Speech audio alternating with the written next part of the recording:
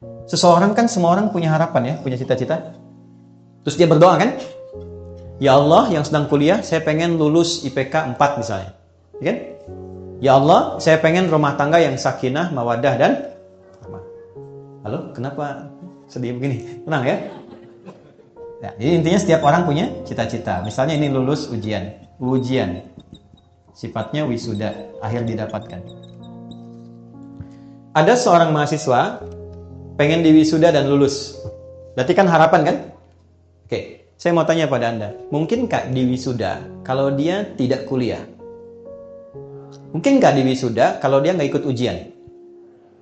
Mungkin. Tiba-tiba berdoa malam ini, besok wisuda. Mungkin. Pasti dia melewati tahapan dulu kan? Ya kan?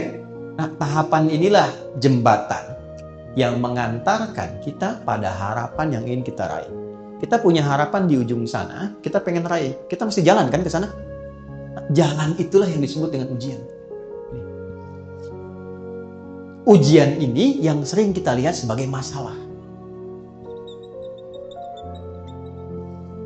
Kan kita ngerjain ujian bikin masalah kan? Masalah, solusi, gitu kan? Nah, jadi sesungguhnya ujian atau masalah ini diberikan oleh Allah kepada kita bukan ingin membuat hidup kita bermasalah, bukan. Tapi ingin mengantarkan kita pada harapan dan doa yang pernah kita mohonkan. Memang jalannya mesti ini. Makanya kenapa masalah kita beda-beda walaupun substansi rasanya sama? Karena apa yang kita alami itulah yang sesuai dengan yang mengantarkan pada apa yang kita inginkan. Doa kita apa? Masalahnya Allah turunkan supaya mempercepat pengabulan pada apa yang kita mohonkan. Jelas nggak sampai sini? Ya, jadi itu yang dimaksudkan. Tidak mungkin ada orang hidup itu tentang diuji, nggak mungkin.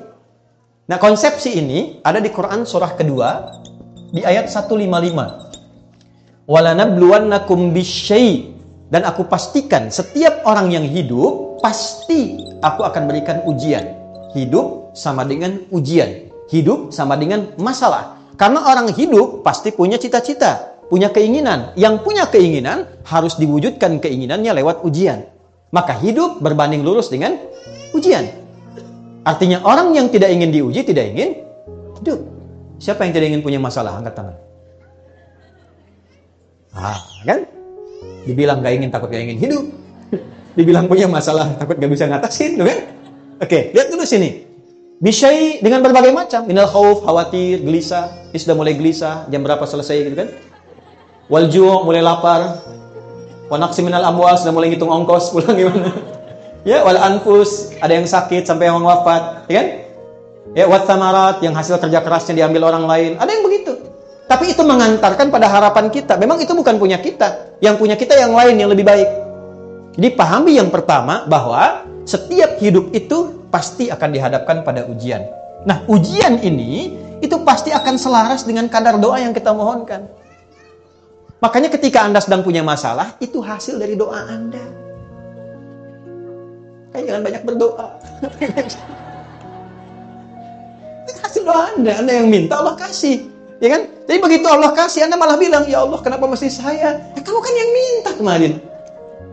Ya. Nah, dari sini baru turun ayat, la yukallifullahu nafsan illa wus'aha. Allah nggak mungkin nguji Anda di luar batas kemampuan Anda. Ketika diberikan ujian pun yang kita mampu.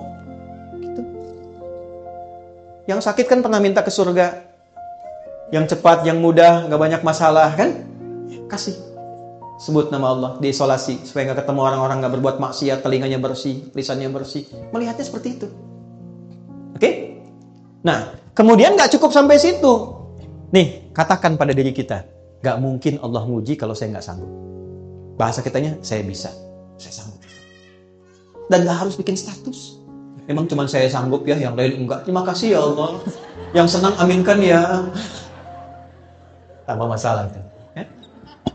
Oke, setelah itu, setelah paham bahwa apa yang saya hadapi adalah bagian dari takdir hasil dari doa saya, maka pindah ayat. Perhatikan kalimatnya. Quran surah ke-94. Alam nashrah laka wa wada'na an. Baik, di surat apa itu? Apa artinya insyirah? Pahami, insyirah itu proses melapangkan hati, hati yang lapang. Jadi kalau ingin mudah masalah diatasi, lapangkan dulu hatimu.